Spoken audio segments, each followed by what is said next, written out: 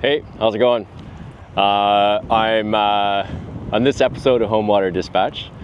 I am back on Christmas Island in the Republic of Kiribati, which is south of Hawaii, very close to the international date line, meaning this is one of the first places on the planet to greet the new day, which is a kind of a fun fact. Another interesting fact, maybe not so fun, is that it's kind of bright today. It's also super windy, but way in the distance over there at the other side of the atoll, the largest coral atoll in the world, back in the 50s during the Cold War, the British and the United States conducted nuclear bomb testing, which is not that far from the community behind me here, which is the community called London. So it's got an interesting past, and since that time, it was also developed into a world-class recreational fishery. There's a massive lagoon in here in the middle of the atoll where people like to come and chase bonefish and giant trevally and triggerfish, and if you dare to, you can go on the outside and also go for GTs, popping with conventional gear, or you can try to go for sailfish or wahoo or milkfish. It's a very, very diverse recreational fishery. And because of where it is on the planet, it is also a very attractive destination for both people that come from Australia during the Australian winter. Right now, there are some lodges here that are full of Australians. And then during the North American winter, when it's cold back in Canada and the US anglers come here to experience this wonderful place. So it's very special that way. There are 4 lodges primarily that house the anglers when they get here, and each of those lodges have a pretty good number of fishing guides, many of which have been here for a long time. Obviously, they've grown up here. Some have moved here, maybe from Tarawa, another island in the Republic of Kiribati. And recreational angling is a really big part of ecotourism, and it contributes a lot to the economy. And because of the way that the lodges are run, it provides a lot of employment for people in the community. I'm trying not to blow over here because it's super windy today.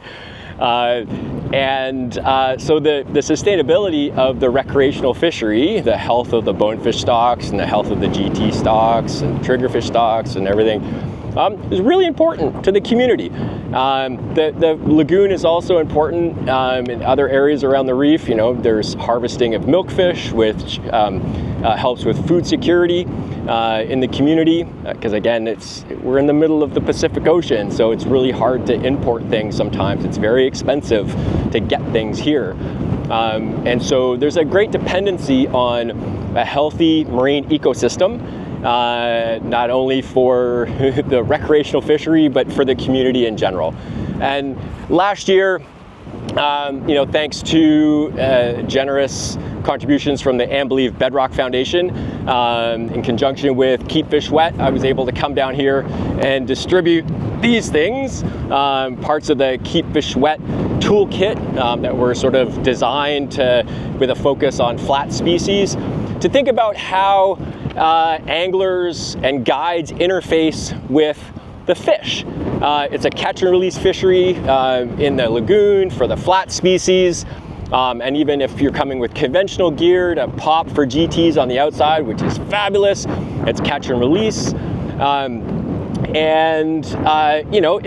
The science shows that it does matter in terms of how we handle fish in terms of their outcome, right? The reducing air exposure, keeping it to 10 seconds or less, not dragging your bonefish or your GT across hard surfaces, and minimizing handling time. So last year we distributed a whole bunch of toolkits to each of the guides at all of these lodges, and back this year adding some information about the history of the island to these cards, and also a bit about the birds, because anglers come here and there's a great diversity of seabirds here, and they see the seabird fly over and they ask the guides, and the guides want to be able to communicate how wonderfully diverse this place is, not only just on the sea but in the air. It's amazing and a beautiful culture. And we're bringing back signage for where the boats are being launched, about the best practices, signs for the airport, and this is in collaboration with the Ministry of Fisheries and Ocean Resources, right? So they have a responsibility to try to make sure that the environment here stays pristine, that the fisheries are sustainable in the long term, because one, it supports the local community and also supports the recreational fishery that also supports the community, right? So it's a delicate balance of trying to make sure that everything is done sustainably. The fisheries officers have a responsibility to uphold the regulations, and then also the guides have a responsibility, because some of these things, these best practices, they're never really going to go into regulation because they can't necessarily be enforced, like 10 seconds of air exposure, or don't drag your fish across, the coral. Those are tough things to regulate because they're impossible to enforce, so management agencies don't put them into regulations. So the other thing that I'm doing while I'm here, which is based off of conversations that I had last year, is I'm actually running mini workshops, or workshops, not that many, they're like 3-hour workshops, with the fishing guides from each of the lodges and with the fisheries officers, all together, all eat one day at a time for the 4 lodges, and we're not doing it at a lodge, we're not doing it in a classroom, we're putting them in a boat that's parked over there behind me, and we're going out into the flats. We're doing it in a in a way that really immerses the fisheries officers in the life of a fishing guide. We're talking about the responsibilities that the guides have to make sure their clients, the anglers, are having a good time, that they're catching fish, thinking about how long the days are for the guides. They're up at 4 a.m., then they're getting the boats ready, then they're going out and they're dealing with clients, whether it's a first-time bonefish angler that's come here or a repeat client. They all have expectations about this place and about wanting to catch fish and maybe bigger fish, and the guides have a responsibility.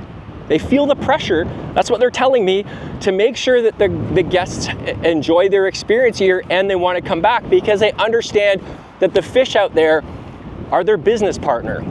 And so we're reinforcing that. We're talking about that with the guides in front of the fisheries officers. And then the fisheries officers, because they don't necessarily understand what it's like to be a guide. And then the fisheries officers are explaining what it's like to be a fisheries officer. What are the challenges to enforce the regulations? What are the limitations in terms of access to the flats? They don't have a huge staff. And so, and the lagoon is huge, so how do you necessarily enforce some of the regulations in such a big place? Recently, the government has increased the recreational fishing license for visitors. Not a small increase, a relatively big increase. And some of the guests, some of the clients that come here are kind of a little frustrated with that. But if you put it in perspective, that's how there's income that's generated for the fisheries officers to have the resources to do the enforcement, to meet with the guides, to do some of these things that help with the collective sustainability of the recreational fisheries here on Christmas Island. And so these workshops so far I've got one more left to do. It's really awesome. They've been super productive. At least from my perspective, we're building a bridge. We're creating opportunities for the guides to understand the fisheries officers to understand the guides. I'm going to turn and go in a different direction because I'm walking on this wharf here in London.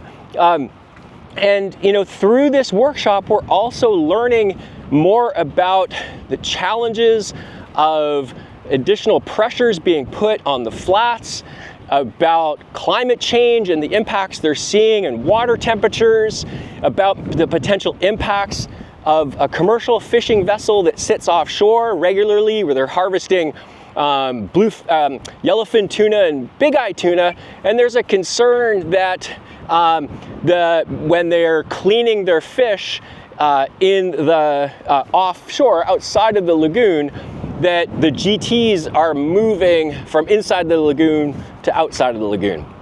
And so there's discussions about those concerns.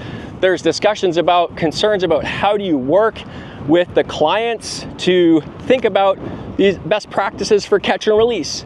How do we create that sort of consistent and persistent message that is important when it comes to conservation and the management of recreational fisheries in a place like this that, if you look behind me, there's containers, there's things that are there's things that have to be shipped. Not everything, things are kind of, the wear and tear on this environment is pretty significant because of the salt air and the temperatures and where it's located. This can be a challenging place to be. And a challenging place to regulate. So I'm really delighted to be back here, to be facilitating these conversations between the guides, the fishing guides, and the fisheries officers. The amount of support we're getting from all the lodges has been amazing because we need this unified front in the community for the guides and the fisheries officers to think about how they're going to take care of their home waters, because the home waters here, the way that they're creating sustainable use for these flats means potentially more sustainable economic prosperity for the communities in a time when there might be some other things that are changing in the environment. So how do you work at those things? And a lot of times it starts with a discussion, with conversations, with building trust, and that's what we're doing here. Thanks again to the Believe Bedrock Foundation for supporting all this effort.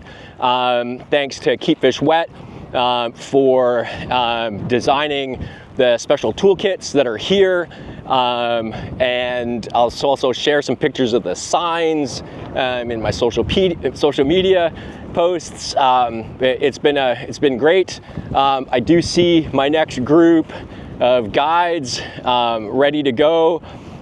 These are guides, and we're going to get on the water and have a great discussion and learn more from each other about how we continue to provide an opportunity to keep this place pristine, to keep it an attractive destination for recreational anglers to come, to enjoy the excitement of bonefish and GTs and triggerfish, but also to appreciate the challenges that happen here in the community, how those anglers kind of need to be okay with the increase in fishing licenses, and maybe other regulations that might be coming down the line, because at the end of the day, the anglers that come here are renting the fish from the people in the community, right? Because they come in here for 1 week, 2 weeks, and then they go home.